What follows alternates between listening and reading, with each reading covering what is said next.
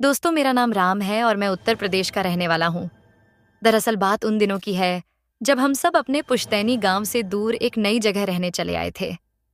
बारिश की कमी के कारण गांव में खेती और किसानी में हर साल काफी ज्यादा नुकसान हो रहा था, जिसके चलते पिताजी खेतीबाड़ी छोड़कर कोई काम धंधा करना चाहते थे। और इसी सोच के साथ वह हम सबको लेकर इस छोटे से कस्बे किशनपुर में रहने चले आए थे। यहाँ मेरे पिताजी के एक दोस्त मनोहर अंकल रहते थे। उन्होंने हमें रहने के लिए एक मकान दिलवाया था और अब पिताजी के काम शुरू करने में भी वही मदद कर रहे थे। मनोहर अंकल इस कस्बे के सबसे अमीर व्यक्ति वीरेंद्र के लिए काम करते थे और कस्बे में उनकी हवेली की देखभाल का जिम्मा भी उन्हीं के ऊपर था। वह हवेली खाली ही रहती थी, इसलिए उन्होंने हमारे रहने की व्यवस्था वहीं उसी हवेली में की थी। हमने पूछा तो उन्होंने बताया था कि ठाकुर साहब के पास तो ऐसी कई हवेलियां हैं, अब वह सभी हवेलियों में तो रह नहीं सकते। खैर, जो भी हो, हमारी नई जगह में रहने के लिए मकान की दिक्कत तो दूर हो गई थी और अब पिताजी निश्चिंत होकर अपने काम में ध्यान लगा सकते थे। पिताजी और मेरे अलावा हमारे परिवार में 2 सदस्य और थे। एक मेरी माँ और मेरे से 2 साल बड़ा मेरा भाई एश-एम। हम दोनों ने कस्बे के सरकारी स्कूल में दाखिला भी ले लिया था और अपनी पढ़ाई शुरू कर दी थी। हर रोज हम साथ में स्कूल जाते और वापस आने के बाद हवेली के बाहर निकलकर खेलने में लग जाते। धीरे धीरे हम वहां के माहौल में ढल गए और लोगों के साथ घुल मिल चुके थे। माँ और पिताजी को आसपास के रहने वाले लोगों ने कई बार टोका था कि आप सब इस जगह में नए हैं, अपने बेटों को संभाल कर रखिएगा। हवेली के पीछे जो पुराना पेड़ है, उधर मत जाने दीजिएगा। कारण पूछने पर वह उन्हें बताते थे कि उस पेड़ में एक चुड़ैल का साया है जो कुंवारे लड़कों पर बुरी नजर रखती है और उनको अपने कब्जे में कर लेती है। एक बार जो उसकी गिरफ्त में आ गया, फिर तो वह किसी भी हालत में जिंदा नहीं बच पाता है। पहली बार यह बात सुनकर मेरी माँ तो घबरा गई थी, लेकिन पिताजी हमेशा हंसकर टाल देते थे और कहते थे कि हर जगह यही कहानी है, हर पुराने पेड़ में कोई ना कोई साया जरूर रहता है। इस तरह दिन बीतते गए और हमें वहां रहते लगभग 3 महीने बीत हो गए थे। अब सावन का महीना आ चुका था, जिसके लिए सभी लोग कहते हैं कि महीने में शैतानी शक्तियां अपने चरम पर होती हैं, तो वह सावन का महीना था। और एक रोज शाम को हम दोनों भाई अपने अपने दोस्तों के साथ खेल रहे थे कि तभी अचानक तेज बारिश शुरू हो गई। अब जिस जगह पर उस वक्त हम लोग खेल रहे थे, वहां से हवेली के दरवाजे विपरीत दिशा में थे और वहां तक जाते तब तक हम भीग जाते, तो हमने पास ही स्थित उस पुराने पेड़ के नीचे छुप मुनासिब समझा। हमें तो उस पेड़ के बारे में जो कहावत है वह भी नहीं मालूम थी और हमने जल्दबाजी में यह भी ध्यान नहीं दिया कि दोस्त लोग हमें उस पेड़ के पास जाने से रोक रहे थे। हम दोनों भाई उस पुराने पेड़ के नीचे चले गए और सावन की उस घनघोर बारिश से बचने के लिए उस पेड़ की शरण ले ली। उतने में ही उस पेड़ की तरफ देखकर मेरे भाई शैम को न जाने क्या सूझी। वो उसकी एक डाल पर ही चढ़कर बैठ गया और गीले हो चुके अपने कपड़े उतारकर निचोड़ लगा। मेरे भाई शैम ने जैसे ही अपने कपड़े उतारकर निचोड़ में शुरू किए, न जाने अचानक मौसम को क्या हुआ। तेज आवाज के साथ बादल गरजने लगे और बिजली भी चमकने लगी, जैसे कोई बड़ा तूफान आने वाला हो। अचानक से मौसम में आए इस बदलाव से हम दोनों भाई काफी डर गए थे और तभी मैंने उसे नीचे उतरने को कहा, लेकिन वह उतर ही नहीं रहा था। पर जब मौसम नहीं सुधरा और घनघोर वर्षा के बीच बिजलियां लगातार कड़कने लगीं, तो जब मैंने डर लगने की बात कही, तब जाकर वह नीचे उतरा। लेकिन फिर शैम के पेड़ पर से नीचे उतरते ही मौसम थोड़ा शांत हो गया था और फिर उसके बाद हम दोनों भाई अपने घर यानी हवेली की ओर चल दिए। उस तूफानी मौसम और बरसात में पुराने पेड़ के पास से लौटने के बाद मेरे भाई शैम में काफी बदलाव दिखाई दे रहा था। वो कुछ अलग सा बर्ताव करने लगा था। रात सोते सोते शैम अचानक उठकर बैठ जाता था और कभी कभी तो कुछ बड़बड़ा भी लगता था। मुझे अच्छी तरह याद है, उस दिन सावन के महीने की अमावस्या थी और मेरी माँ ने हमें सख्त हिदायत दी थी कि स्कूल का होमवर्क पूरा करके खाना खाकर दोनों भाई जल्दी सो जाना। हमने वैसे ही किया भी, लेकिन शायद होने को कुछ और ही मंजूर था। आधी रात को सोते समय मुझे कुछ पता ही नहीं चला और मेरे साथ सो रहा मेरा भाई शैम न जाने कैसे चुपचाप उठकर बिना कोई आवाज किए हवेली के पीछे जाकर पीछे वाले उस पुराने पेड़ पर चढ़ गया। घर में मौजूद हम में से किसी को भी पता नहीं चला और जब सुबह हमारी आंख खुली, तब तक शाम वापस लौटकर पहले की तरह बिस्तर में आराम से सो रहा था। अब यह लगभग रोज की बात हो गई थी और रोज आधी रात को शाम सबके सोने के बाद चुपचाप उठकर हवेली के बाहर निकलकर उस पुराने पेड़ पर चला जाता और सबके जागने से पहले ही लौट भी आता था। कुछ दिनों तक यह सब चुपचाप चलता रहा, लेकिन फिर एक दिन मनोहर अंकल ने मेरे भाई शैम को आधी रात में हवेली के बाहर जाते हुए देख लिया और उन्होंने उसे आवाज भी दी, लेकिन वह न जाने किस मूड में था। बिल्कुल भी कुछ सुने बिना आगे बढ़ता गया और जाकर पेड़ पर चढ़ गया। मनोहर अंकल यह देखकर दंग रह गए। उन्होंने बिना देर किए तुरंत पिताजी को कॉल करके उठाया और उन्हें लेकर उस पेड़ के पास पहुंचे। उन दोनों के काफी मना करने पर भी मैं उनके साथ हो लिया था। उस पेड़ के पास पहुंचने के बाद जो नजारा हमें देखने को मिला, उसे देखकर हमारी आंखों के साथ साथ हमारा मुंह भी खुला का खुला रह गया था, क्योंकि उस भयावह काली घनी अंधेरी रात में शायम रहस्यमय ढंग से पेड़ की डाल पर बैठा किसी से बातें कर रहा था। हम सब उसे आवाज देने लगे, पर वह किसी की भी आवाज नहीं सुन पा रहा था और अपने में ही मशगूल था। प्रयास करने के बाद भी जब वह अनसुना करता रहा तो मनोहर अंकल और पिताजी ने मिलकर पेड़ की डाल पर से लटक रहे उसके पैर को पकड़कर खींचा, जिससे वह जमीन पर गिर पड़ा। और फिर बिना देर किए उन्होंने मिलकर श्याम भैया को उठा लिया और फिर हम उसे लेकर हवेली की ओर भागते हुए आ गए। लेकिन जैसे ही हम सब श्याम भैया को उठाकर हवेली की ओर भागे, उस पुराने पेड़ के आसपास का मौसम काफी भयानक होने लगा। अचानक से ही बिजली चमकने लगी और बादल गरजने लगे। शायद यह सब हमको डराने के लिए उस पेड़ पर रहने वाली खूनी चुड़ैल के गुस्से का असर था। हम उसका सामना तो कर नहीं सकते थे, इसलिए हमारे पास वहां से भागने के अलावा और कोई चारा नहीं था। पर भगवान की कृपा से हम चारों भागकर हवेली के गेट के अंदर पहुंच गए और वहीं से पेड़ की तरफ देखने लगे, जहां आसमान उस शैतानी शक्ति के गुस्से का खुला प्रदर्शन कर रहा था। उस भयानक नजारे को देखकर हम सब सहम से गए थे। फिर हम शैम को लेकर हवेली के अंदर आ गए और सीधे उसे लेकर उसके बिस्तर में ले जाकर लिटा दिया। पिताजी और मनोहर अंकल अब गौर से शाम को देखने लगे, जो कुछ ही दिनों में काफी दुबला पतला होने लगा था। और सबसे ज्यादा गौर करने वाली बात यह थी कि श्याम भैया के शरीर पर कुछ खरोच के निशान दिखाई दे रहे थे। उन खरोच के निशानों को देखकर मनोहर अंकल और पिताजी चिंता वाली नजरों से एक दूसरे की ओर देखते रहे। थोड़ी देर बाद श्याम को होश आया और वह आश्चर्य से चारों तरफ देखकर बोला, आप सब यहाँ कैसे? और यह, आप सब इतनी रात को मेरे कमरे में क्या कर रहे हो? श्याम भैया के ऐसा पूछने पर किसी ने कुछ नहीं कहा और उसे आराम करने का बोलकर अब सभी अपने अपने कमरे में सोने चले गए। उस पूरी रात मुझे नींद नहीं आ पाई, क्योंकि भले ही श्याम भैया अपने होश में नहीं थे, लेकिन मैंने तो पूरे होशो हवास में वह भयानक नजारा देखा था। जैसे तैसे वह रात तो गुजर गई, लेकिन सुबह हमारे घर में सब काफी परेशान लग रहे थे और हमें उस रोज स्कूल भी नहीं जाने दिया गया। पिताजी और मनोहर अंकल हॉल में बैठे बैठे बातें कर रहे थे। फिर माँ चाय लेकर आई और उनके पास बैठ गई। अब उन तीनों में चर्चा होने लगी और मनोहर अंकल ने बताया कि श्याम का यूं अचानक ही दुबला होने लगना और उसके शरीर पर खरच के निशान दिखना कोई सामान्य बात नहीं है। यह आने वाले किसी बड़े खतरे का संदेश है। इस पर माँ ने घबराते हुए उनकी बात बीच में ही काटकर पूछा, खतरा? कैसा खतरा? तो मनोहर अंकल ने बताना शुरू किया और सभी फ्लैशबैक में चले गए।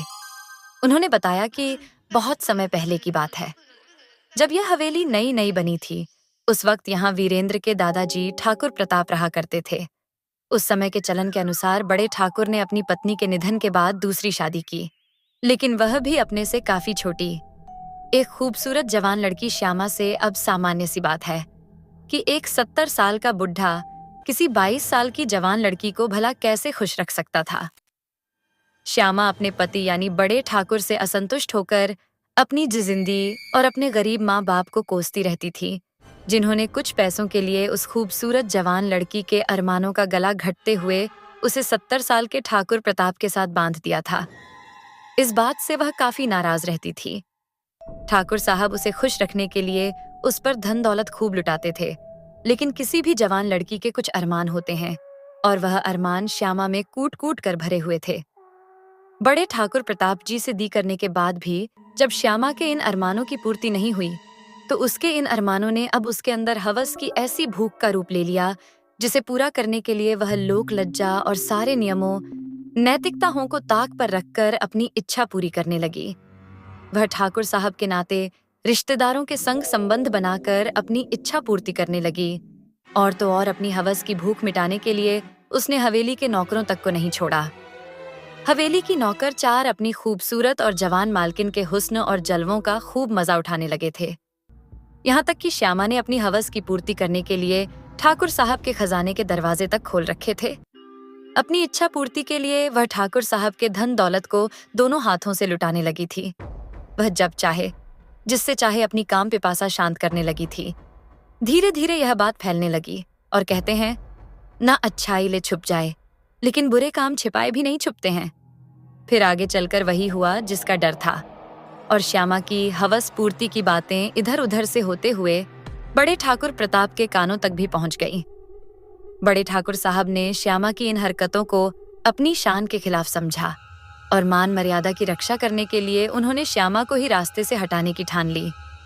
फिर एक दिन बड़े ठाकुर साहब ने अपने आदमियों के साथ अपनी इसी हवेली के पीछे वाले हिस्से में उसी पुराने पेड़ के पास श्यामा को मारकर दफना दिया।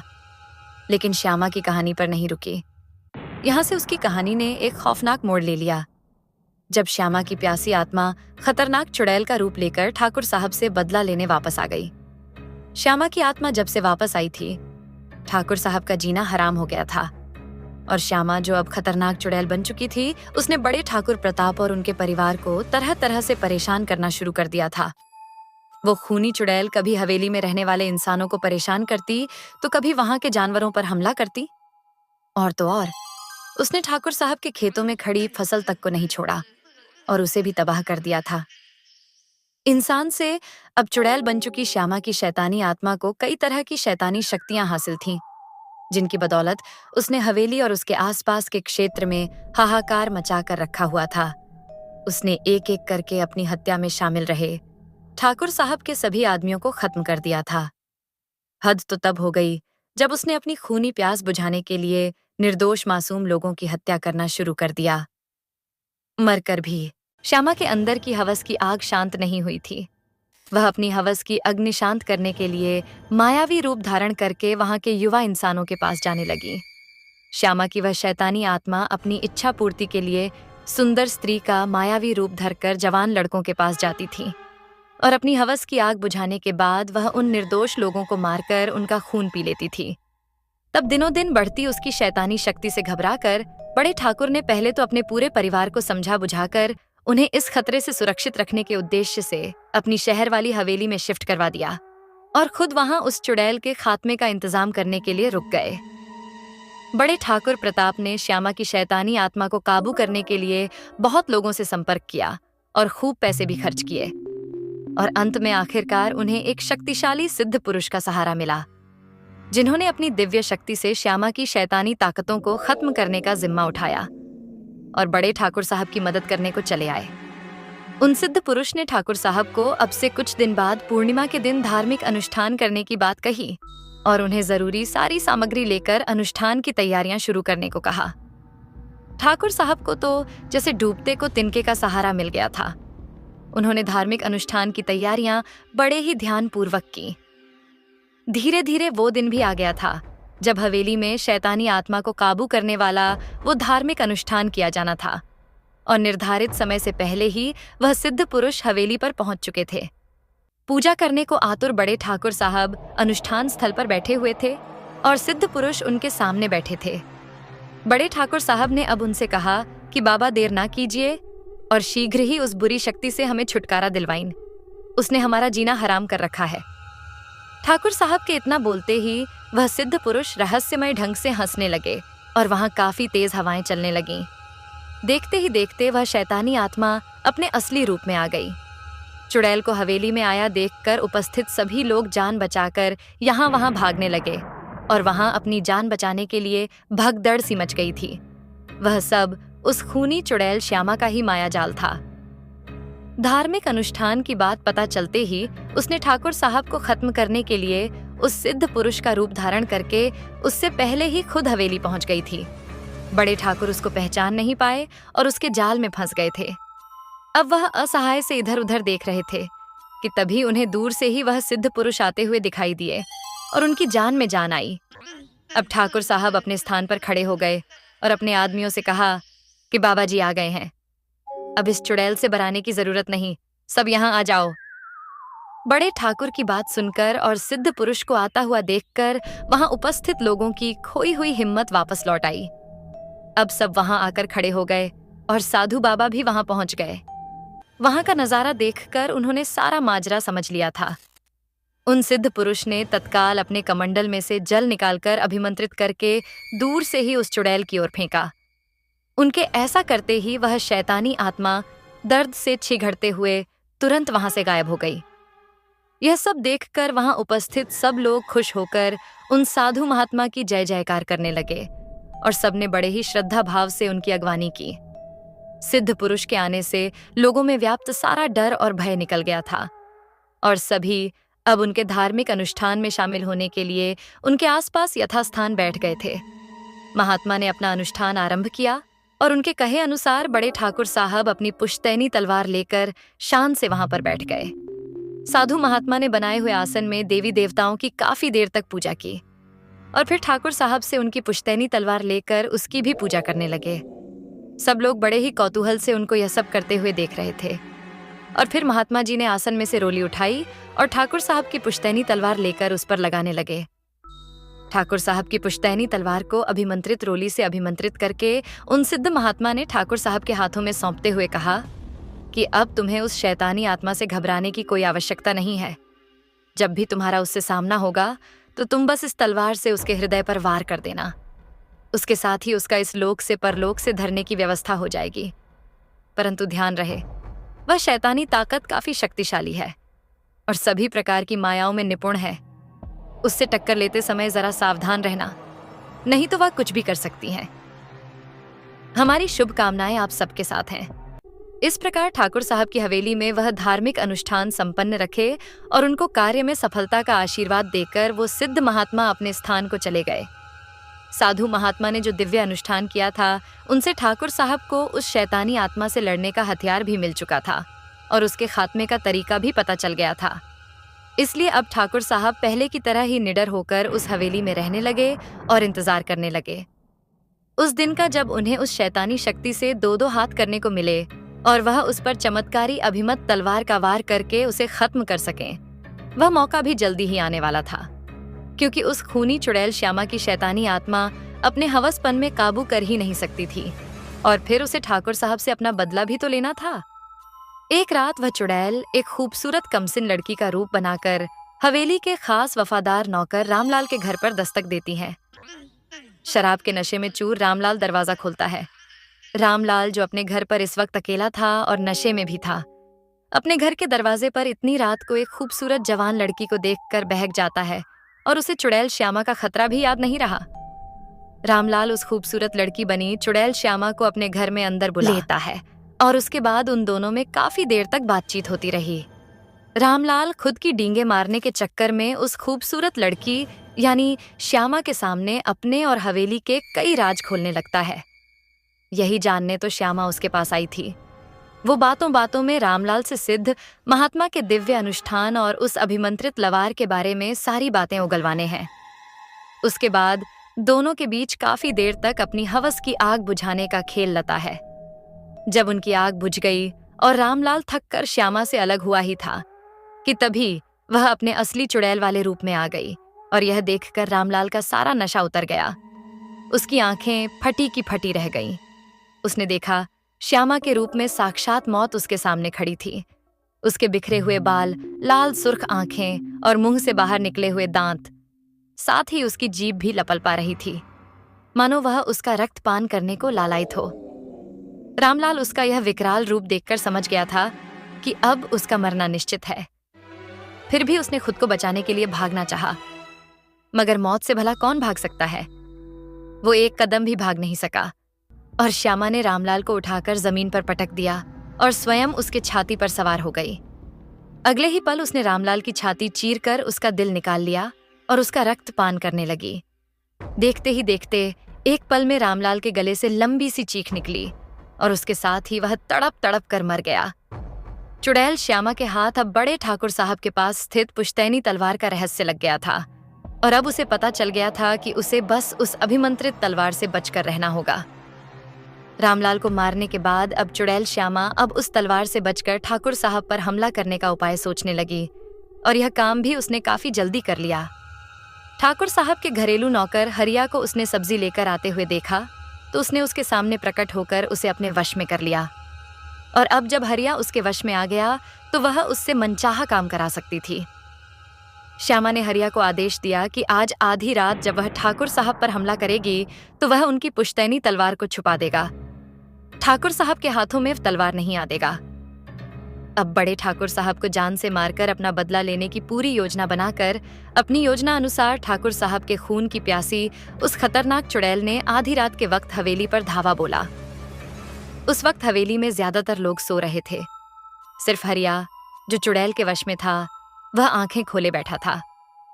चुड़ैल श्यामा ठाकुर साहब के हवेली में दाखिल हुई और वहां सबसे पहले पहरा दे रहे चौकीदार को बड़ी बेरहमी से उसके गले को अपने तेज दांतों से काटकर उसका खून पीते हुए उसे मौत के घाट उतार दिया।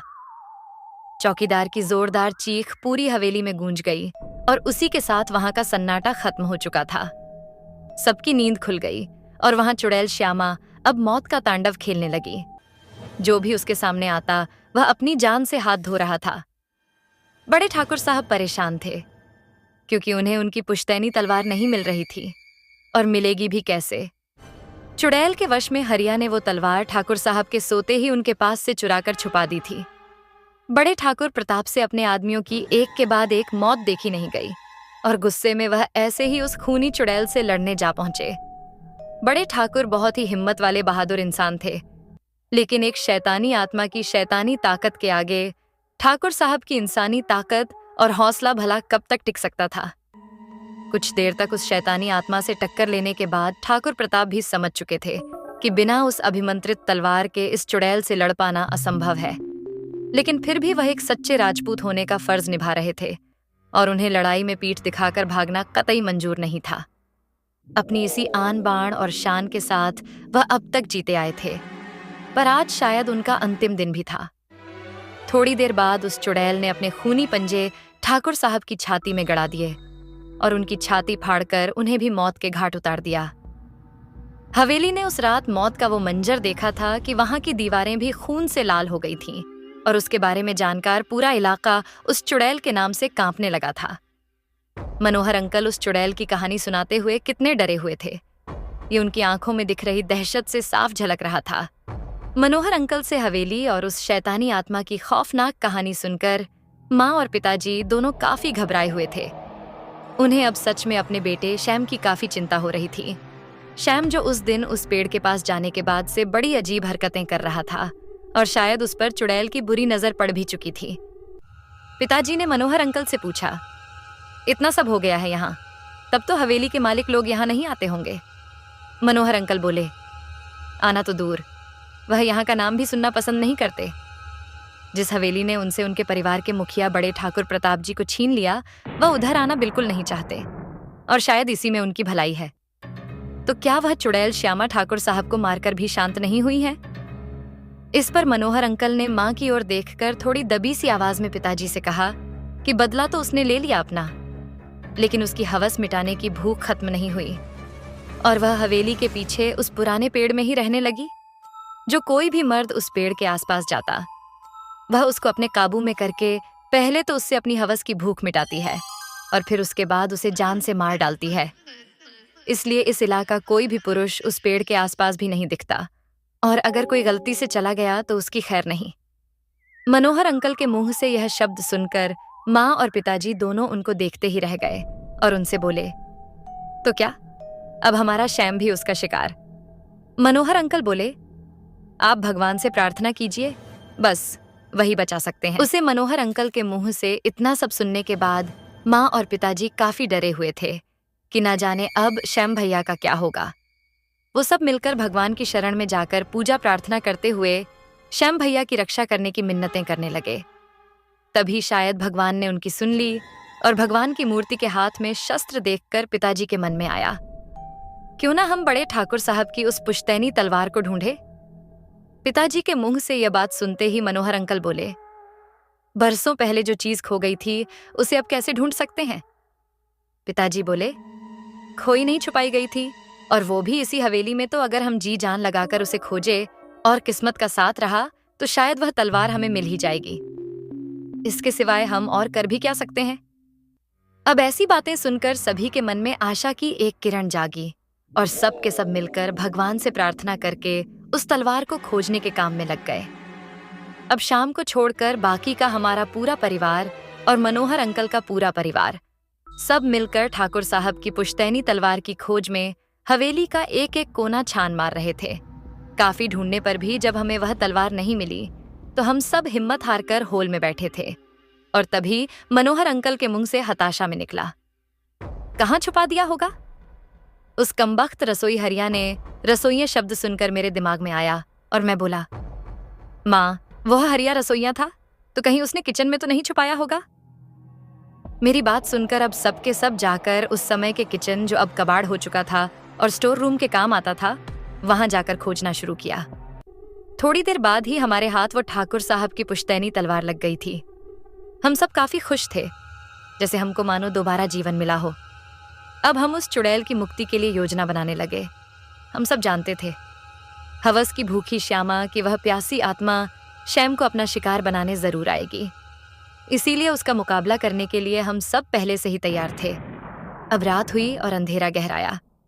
चारों तरफ रहस्यमय सन्नाटा गहराने लगा, जैसे कोई तूफान के पहले का सन्नाटा छाया हो। हम सबने शैम को सोने के बाद उसके बिस्तर पर ही बांध दिया था, ताकि उस खूनी चुड़ैल के इशारे पर वह उठकर पुराने पेड़ की तरफ ना चला जाए। अब जैसा हमने सोचा था वैसा ही होने लगा।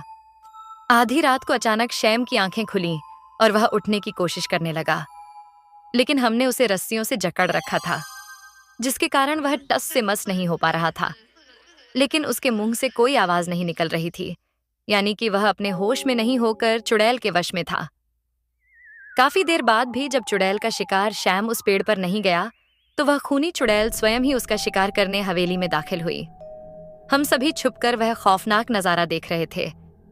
अपनी हवस की आग बुझाने के लिए मरकर इंसान से चुड़ैल बनी श्यामा की वह शैतानी आत्मा अपने शिकार के पास हवेली के उस कमरे में जा पहुंची जहां श्याम सोया था। उस चुड़ैल को साक्षात मौत के रूप में अपने सामने देखकर एक पल को हमारी हिम्मत जवाब देने लगी थी, लेकिन हमारे पास सिद्ध महात्मा द्वारा अभिमंत्रित तलवार थी, जिसके चलते थोड़ी हिम्मत करके हम सब मौके की तलाश में वहां छुपे हुए थे। बिखरे बालों और फटे हुए चिथड़े में लिपटी खूनी चुड़ैल श्यामा की आंखों से मानो दहकते शोले बरस रहे हों। नुकीले पहने दांत मुंह से बाहर निकले थे और उसके लंबे नाखून वाले खूनी पंजों में ताजा खून लगा हुआ था। अब वह अपने शिकार शैम की तरफ बढ़ने लगी और पहले से तैयार पिताजी ने उस पर काफी सारा गंगा जल उड़ेल दिया, जिससे दर्द से चिंघड़ते हुए वह गुस्से में पिताजी की तरफ बढ़ी और उसने उनकी गर्दन पकड़ ली थी। लेकिन तभी मनोहर अंकल ने ठाकुर साहब की पुश्तैनी तलवार से चुड़ैल श्यामा के दिल पर वार किया और बादलों की तेज गर्जना के साथ ही आसमान में जोरदार बिजली चमकी। इसी के साथ ही वह चुड़ैल श्यामा आग में जलने लगी और जलते हुए ही हवेली के बाहर की ओर निकलकर पुराने पेड़ की तरफ भागने लगी। आग अब पुराने पेड़ पर भी लग गई थी और उस पवित्र अग्नि में हवस की भूखी उस चुड़ैल श्यामा का अंत हो गया। अब उस पेड़ को रहस्यमय ढंग से जलता देखकर वहां पर लोगों से भीड़ इकट्ठी हो गई थी और सबने उस चुड़ैल का अंत अपनी आंखों से देखा था। उस खूनी चुड़ैल के खात्मे के बाद उस इलाके का माहौल बिल्कुल शांत हो गया था। तो दोस्तों, ये थी हमारी आज की कहानी। कहानी आपको कैसी लगी? ये आप मुझे कमेंट बॉक्स में कमेंट करके जरूर